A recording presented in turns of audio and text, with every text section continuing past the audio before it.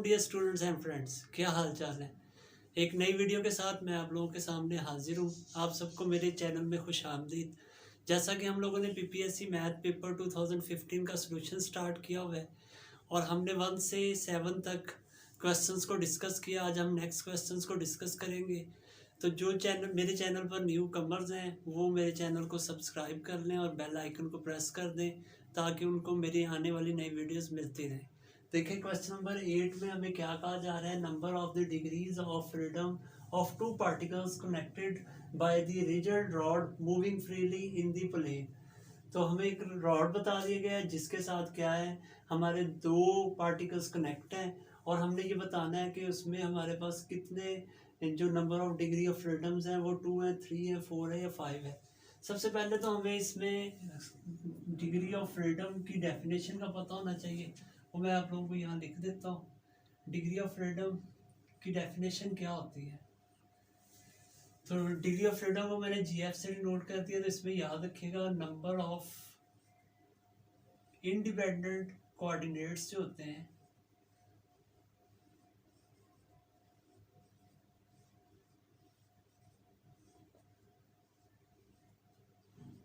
वो क्या होते हैं, डिस्क्राइब द मोशन करते हैं, यानी हमारी मोशन को बताते हैं कि वो किस तरह की है। तो हमें असल में जब भी डिग्री ऑफ फ्रीडम का जब कोई क्वेश्चन आ जाता है तो सबसे पहला काम हमने यही करना है कि हमने इंडिपेंडेंट कोऑर्डिनेट्स फाइंड करने हैं। उनसे हमें इनकी तादाद का पता चल जाएगा। तो देखिए अब हमें उन्होंने कहा हुआ एक रॉड है, हम इसकी एक डायग्राम बना लेते हैं। तो हमें एक रॉड गिवन है, हम ये रॉड फर्ज कर लेते हैं। अब उन्होंने कहा इसको 2 पार्टिकल्स से कनेक्ट किया गया है। एक पार्टिकल हम इस जगह पर और दूसरा पार्टिकल इस जगह पे ले लेते हैं। इसके कोऑर्डिनेट्स के नेम रख लेते हैं x1 y1 और इस कोऑर्डिनेट को हम x2 y2 का नेम दे देते हैं। अब हम जो रॉड है इसकी जो लेंथ है उसको फर्ज कर लेते हैं a। अब देखिए अगर हमने इस कोऑर्डिनेट से इस कोऑर्डिनेट का डिस्टेंस फाइंड करना है, इसको फॉर एग्जांपल हम कैपिटल ए और इसको कैपिटल बी कह देते हैं। तो ए बी जो डिस्टेंस है वो इक्वल टू हमारे किसके है, स्मॉल ए के। और डिस्टेंस फार्मूला हम लोगों ने सेकेंड ईयर में पढ़ा हुआ है। क्या होता है, इन दोनों कोऑर्डिनेट्स के पॉइंट्स को आपस में माइनस करते हैं, स्क्वायर करने के बाद अंडर रूट ले लिया जाता है। अब देखिए स्क्वायर रूट अगर हम कैंसिल करते हैं दोनों तरफ स्क्वेयरिंग करके तो हमारे पास देखें वैल्यूज आ रही हैं y2 नफी y1 इसका whole square is equal to a square. अब यहाँ से अगर हम y2 की वैल्यू निकाल लेते हैं तो ये वाली रकम इस तरफ ले आए। देखें हमारे पास आ रहा है y2 नफी y1 इसका होल स्क्वायर। तो हम इसको इस तरफ लाएंगे, माइनस होगी और हमारे पास देखें इसका स्क्वायर ख़त्म करने के लिए दोनों तरफ स्क्वायर रूट ले लेते हैं। तो हमारे पास देखें यहाँ पर आ रहा है एक square minus x2 minus x1 का होल स्क्वायर और y1 को इस तरफ ले आए तो हमारे पास y1 प्लस होगा। तो ये हमारा आंसर आ जाएगा। अब हमने इसमें देखना है इंडिपेंडेंट वेरिएबल्स कौन से हैं। तो ये बात भी समझ लें, फर्ज करें हमारे पास एक फंक्शन हो तो जो वेरिएबल लेफ्ट साइड पे होता है वो हमारा डिपेंडेंट वेरिएबल होता है और जो राइट साइड पे होते हैं वो इंडिपेंडेंट होते हैं। तो अब आपने यहाँ पर क्योंकि हमें इंडिपेंडेंट कोऑर्डिनेट्स गिनने हैं तो देखें y2 इसमें डिपेंडेंट वेरिएबल है और हमें इंडिपेंडेंट वेरिएबल्स चाहिए। इसमें वेरिएबल्स y1 x2 और x1 3 वेरिएबल्स ऐसे हैं, ये कांस्टेंट है तो 3 वेरिएबल्स हैं। हमें वेरिएबल्स की तादाद ही बतानी है तो वो हमारा करेक्ट ऑप्शन कौन सा होगा, 3 होगा। देखिए क्वेश्चन नंबर 9 को डिस्कस करते हैं। The centroid of the uniform semi circular wire of the radius A is this. तो हमने centroid of the semi circular wire मालूम करनी है। तो सबसे पहले तो हम लोग इसकी डायग्राम बना देते हैं कि हमारे पास एक सेमी सर्कल है। अब देखिए हमें इसका सेंट्रॉइड ये वाला पॉइंट मालूम करना है। तो इसको हम एक्स बार वाई बार किन फॉर्मूले से फाइंड करते हैं। अब रेडियस हमें बता दिया गया है, वो कितना दिया गया है, हमें ए बता दिया गया है। इसका जो रेडियस है वो हमें ए दे दिया गया यहाँ पे गिवन है। तो आपने इसमें सिंपल सेंट्रॉइड ऑफ का फॉर्मूला अप्लाई करना है, सेंट्रॉइड ऑफ सेमी सर्कल।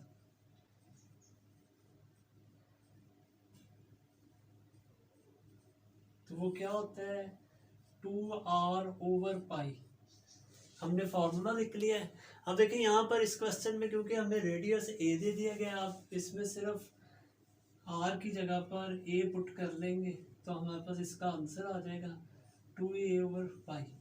तो आपके पास फर्स्ट ऑप्शन में मौजूद है। अब देखिए क्वेश्चन नंबर 10 को डिस्कस करते हैं। Movement of inertia of the rectangular plate with the a b about an axis perpendicular to plate and passing through the vertex. अब हमने मूवमेंट ऑफ इनर्शिया मूव करना है एक रेक्टेंगुलर प्लेट का, और उसने ये भी बता दिया ये परपेंडिकुलर टू प्लेट है।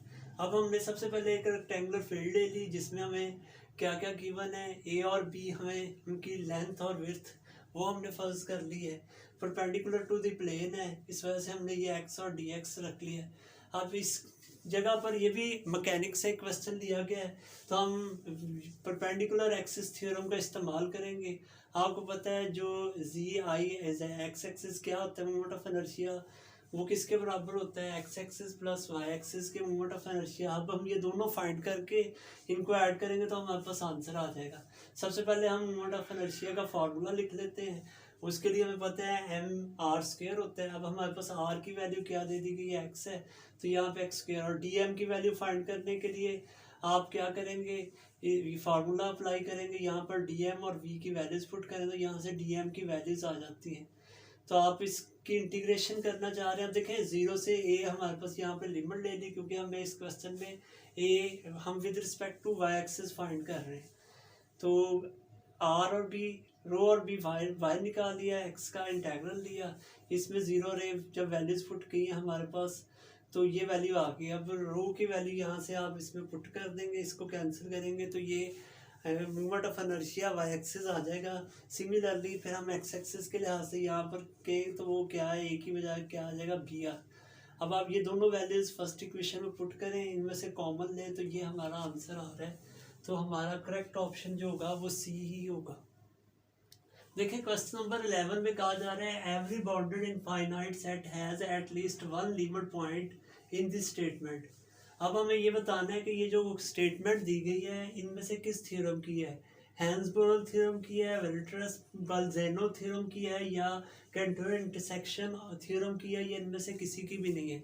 तो आप इस क्वेश्चन का सही ऑप्शन तभी बता सकते हैं जब आपको इन सब की स्टेटमेंट आती हो। तो मैंने आपकी आसानी के लिए ये तीनों स्टेटमेंट्स लिख दी हैं। इसका फ़ायदा ये है कि आपको तीनों स्टेटमेंट्स अगर याद हो तो इस दफ़ा पेपर में इनमें से कोई भी आ जाए तो आप इजीली सेलेक्ट कर सकते हैं। देखें हैंसबोरल की स्टेटमेंट में क्या कहा जा रहा है, subset S of R is compact, यानी कोई भी सेट सबसेट ऑफ आर होगा वो कम्पैक्ट होगा, लेकिन सिर्फ और सिर्फ एक ही सूरत में अगर वो क्लोज्ड और बॉन्डेड हो। तो देखें ये वाली स्टेटमेंट तो ये मौजूद नहीं है। अब कंट्रोल की है, देखें decreasing nest sequence of non empty closed and bounded subset of R has a non empty intersection. तो ये वाली स्टेटमेंट भी यहाँ पे मौजूद नहीं है। देखें आगे विट्रेस की एवरी बाउंडेड फाइनाइट हमारे पास सेट है जो has at least one limit point. तो अगर आप देखें तो कहता है हर बाउंडेड इनफाइनाइट सेट जो होता है वो कम से कम एक लिमिट पॉइंट रखता है। तो फिर हमारे पास ये वाली स्टेटमेंट दी गई है, तो हमारा जो करेक्ट ऑप्शन होगा वो बी ही होगा। देखिए question number 12, limit z approaching to 0 z conjugate over z, इसकी हमने लिमिट फाइंड करनी है। जो क्वेश्चन नंबर 12 है ये कम्प्लेक्स एनालिसिस से लिया गया है। तो देखें इसकी लिमिट फाइंड करने के लिए सबसे पहले हमारे पास एक तो z नंबर होना चाहिए कम्प्लेक्स, वो हम फर्ज कर लेते हैं x प्लस आयोटा वाई। इसी तरह फिर z कंजुगेट ले लेते हैं। कंजुगेट में क्या होता है, आयोटा का साइन चेंज हो जाता है। उसके बाद हमने देखें जब इसकी लिमिट फाइंड करनी है, पहले तो इसको हम इधर लिख लेते हैं x plus iota y over x minus iota Y.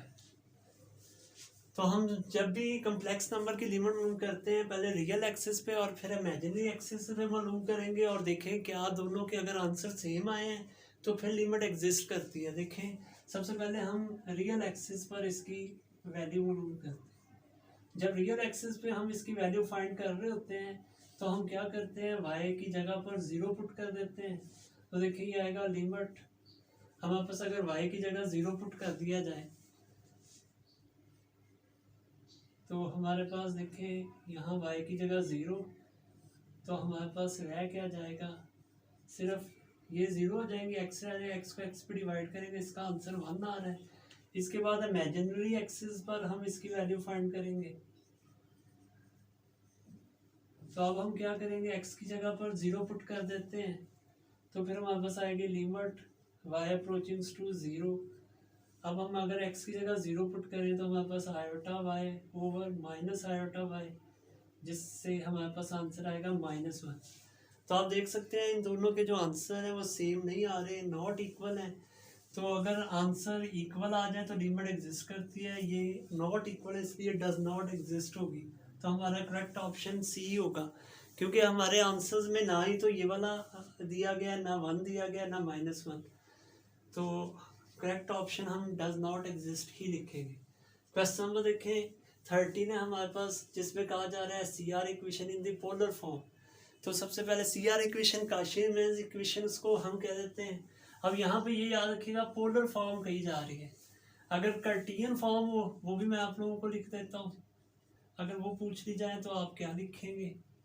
कार्टियन form पहले तो आपको पता होना चाहिए, जिसमें हम एक्स और वाई की शक्ल में लिखते हैं यू और वी को, यानी यू का with respect to x derivative लिया जाता है और फिर वी का विद रिस्पेक्ट टू वाई, इसी तरह फिर u का विद रिस्पेक्ट टू y लिया जाता है और माइनस v का विद रिस्पेक्ट टू x। इसको याद रखने का तरीका यही है, देखिए यहाँ पहले x आया है तो आपने u का with respect to x derivative ले लेना है, बाद में y है तो v का ले लेना है, अब फिर उलट कर देना है। जब उलट करते हैं तो साथ यहाँ पर बस माइनस आ जाता है। अब देखें पोलर फॉर्म में क्या करना है, अब हमें पता है पोलर फॉर्म हमें पता है आर ऑफ थीटा की शक्ल में होते हैं। अब देखिए इसमें आर पहले आ रहा है तो हम क्या करेंगे, यू का पहले with respect to r derivative लेंगे और वी का विद रिस्पेक्ट टू थीटा, और इसमें एक्स्ट्रा चीज़ क्या आनी है, 1/r साथ आएगी। तो पहले हमने आर के लिहाज से और फिर बाद में थीटा के लिहाज से डेरिवेटिव लिया। अब हम उलट करेंगे, देखें अब वी का derivative with respect to theta और आर का यू का जो विद रिस्पेक्ट टू आर, और यहाँ देखें 1/r था, मैंने आपको बताया था जब उलट करते हैं तो साथ क्या आ जाता है -r। तो आपने ये वाला ऑप्शन देखना है, वो हमारे पास यहाँ ए में मौजूद है। यहाँ पे देखें पहले के साथ नेगेटिव है, ये नहीं हो सकता, दोनों के साथ नेगेटिव कभी भी नहीं आ सकता, यहाँ दोनों के साथ पॉजिटिव है ये भी नहीं आ सकता। तो फर्स्ट के साथ पॉजिटिव और सेकंड के साथ नेगेटिव, तो करेक्ट ऑप्शन हमारा ए ऑप्शन ही होगा। देखें क्वेश्चन नंबर 14 में कहा जा रहा है evaluate integral z² - z+1 over z-1 dz, और where c is the circle. हाँ हमें सर्कल की इक्वेशन भी दे दी गई है। सबसे पहले तो हम कम्प्लेक्स फॉर्म में सर्कल की इक्वेशन ड्रा कर लेते हैं, वो क्या होती है, z - z0 mod is equal to r। इसमें जो हमारे पास z0 होता है वो हमारा क्या होता है, सेंटर होता है, और हमारे पास जो r होता है वो रेडियस होता है। तो अगर हम देखें जो हमें क्वेश्चन में गिवन है उसके मुताबिक हमारे पास हमारा जो सेंटर बन रहा है वो क्या बन रहा है, 0 बन रहा है, और जो रेडियस है वो 1/2 बन रहा है। तो इसकी अगर हम इक्वेशन डायग्राम बनाएं तो वो हमारे पास देखिए इस शक्ल में बनेगी, क्योंकि सेंटर हमारा क्या आ रहा है, 0 पॉइंट पे आ रहा है, तो ये हमारे पास 0 पॉइंट होगा, और रेडियस 1/2 वो हम कह लेते हैं यहाँ पे 1/2 एंड 0, ये हमारे पास रेडियस आ रहा है। तो अब हमने ये देखना है कि इसको हमने इसका इंटीग्रल फाइंड करना है। इंटीग्रल फाइंड करने के लिए देखें सबसे पहले हम इसका सिंगुलर पॉइंट और मॉडुलस फाइंड कर लेते हैं। अब देखें जो z होता है वो हमारे पास है x प्लस आयोटा y, और z मॉडुलस जो है वो बराबर होगा x² plus y² under root के, और हमें z मॉडुलस की वैल्यू दे दी गई है 1/2। अगर हम दोनों तरफ स्केलिंग कर लें तो हमारे पास X square plus Y square is equal to 1/2 का स्क्वायर, ये हमारे पास जी मॉडुलस की वैल्यू मिलती है। अब हम देखें सिंगुलर जो पॉइंट है, सिंगुलर पॉइंट की वैल्यू हम कैसे फाइंड करते हैं। देखिए सिंगुलर पॉइंट हम फाइंड कर लेते हैं। सिंगुलर पॉइंट फाइंड करने का क्या मेथड होता है, जो सिंगुलर पॉइंट का फॉर्मूला होता है जी माइनस जी नॉट। अब देखिए यहाँ पर जो नीचे इस फंक्शन के पॉइंट है वो हमारे पास वहाँ से सिंगुलर पॉइंट की वैल्यू निकल आएगी। अगर हम इक्वल टू 0 रख लें तो ये हमारे पास आ रहा है 1, और अगर आप देखें तो ये 1 जो है वो यहाँ पर लाई करेगा, जो कि आउटसाइड ऑफ द सर्कल है, आउटसाइड ऑफ सर्कल। तो आप यहाँ पर काशी फंडामेंटल थ्योरम का इस्तेमाल करेंगे। काशी फंडामेंटल थ्योरम क्या कहता है कि अगर किसी भी फंक्शन का जो सिंगुलर पॉइंट है वो आउटसाइड ऑफ द सर्कल हो तो वो क्या होता है, फंक्शन का इंटीग्रल 0 के इक्वल होता है। तो हम यही थ्योरम इस्तेमाल करेंगे। अब क्योंकि इसका देखें जो singular point outside of the circle आ रहा है तो हम कह सकते हैं कि ये पूरा जो फंक्शन है वो किसके इक्वल होगा, 0 के। तो यहाँ पर हमारा जो करेक्ट ऑप्शन है वो डी ही होगा। अब क्वेश्चन नंबर हम 15 को डिस्कस कर लेते हैं। 15 में कहा जा रहा है the principal value of minus iota की पावर आयोटा, इसको हमने फाइंड करना है।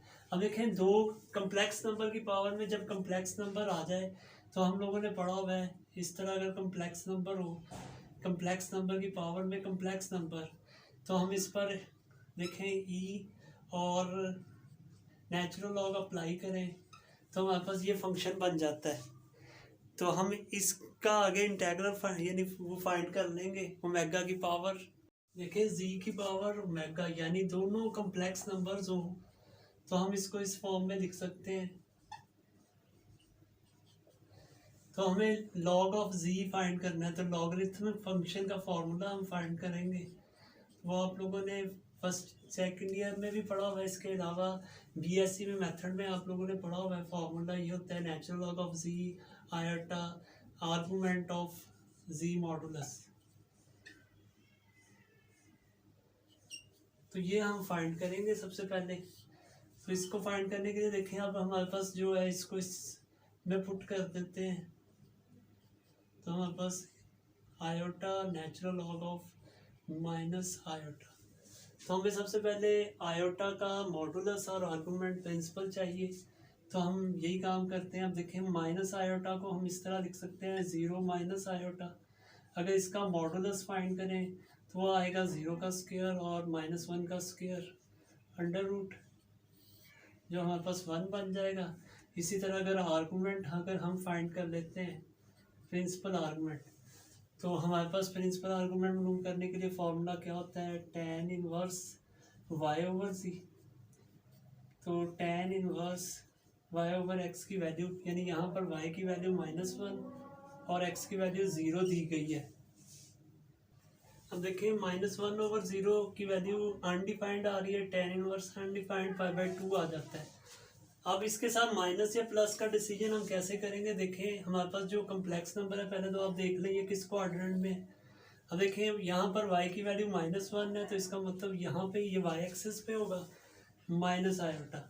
अब हम जानते हैं जो प्रिंसिपल आर्गुमेंट होता है, प्रिंसिपल आर्गुमेंट कहाँ पे लाई करता है, -π और +π के दरमियान में लाई करता है। और ये जब भी हमने फोर्थ क्वाड्रेंट का फाइंड करना हो तो इसके लिए हम -θ लेते हैं। तो ये आप लोगों ने सेकंड ईयर में भी पढ़ा हुआ है और बीएससी के मेथड में भी पढ़ा हुआ है प्रिंसिपल आर्गुमेंट निकालने का तरीका। तो ये आप लोगों को मेरे चैनल में भी मिल जाएगा इसका पूरा तरीका कि चारों क्वाड्रेंट में अगर आर्गुमेंट्स दिए गए हैं तो वो कैसे फाइंड करते हैं। तो अब इसके साथ हम क्या लगाएंगे, माइनस की वैल्यू लगा देंगे। तो हम यहाँ पर वैल्यू पुट कर देते हैं। Natural log of z modulus की वैल्यू आ रही है 1 आयोटा और आर्गुमेंट ऑफ जी की वैल्यू क्या आ रही है, -π/2। अब नेचुरल लॉग ऑफ 1 जो होता है वो 0 के इक्वल होता है। तो अगर हम इसकी वैल्यू 0 पुट करें तो -π/2 आएगी। तो हमारे पास लॉग ऑफ माइनस आयोटा की वैल्यू ये आ गई है, ये हम इक्वेशन नंबर 2 में पुट कर देंगे। तो देखिए माइनस आयोटा की पावर आयोटा ई की पावर आयोटा और इसकी वैल्यू जो आई है वो यहाँ हम पुट करते हैं आयोटा को आयोटा का सब मल्टीप्लाई करेंगे आयोटा स्क्वायर, और आयोटा स्क्वायर की वैल्यू -1 होती है, जो इसको पॉजिटिव कर देगा। हमारा करेक्ट ऑप्शन जो होगा वो सी होगा। तो इंशाल्लाह आज की वीडियो में हमने 8 से 15 तक ऑप्शंस डिस्कस कर लिए हैं। इंशाल्लाह नेक्स्ट वीडियो में हम बाकी क्वेश्चंस को डिस्कस करेंगे।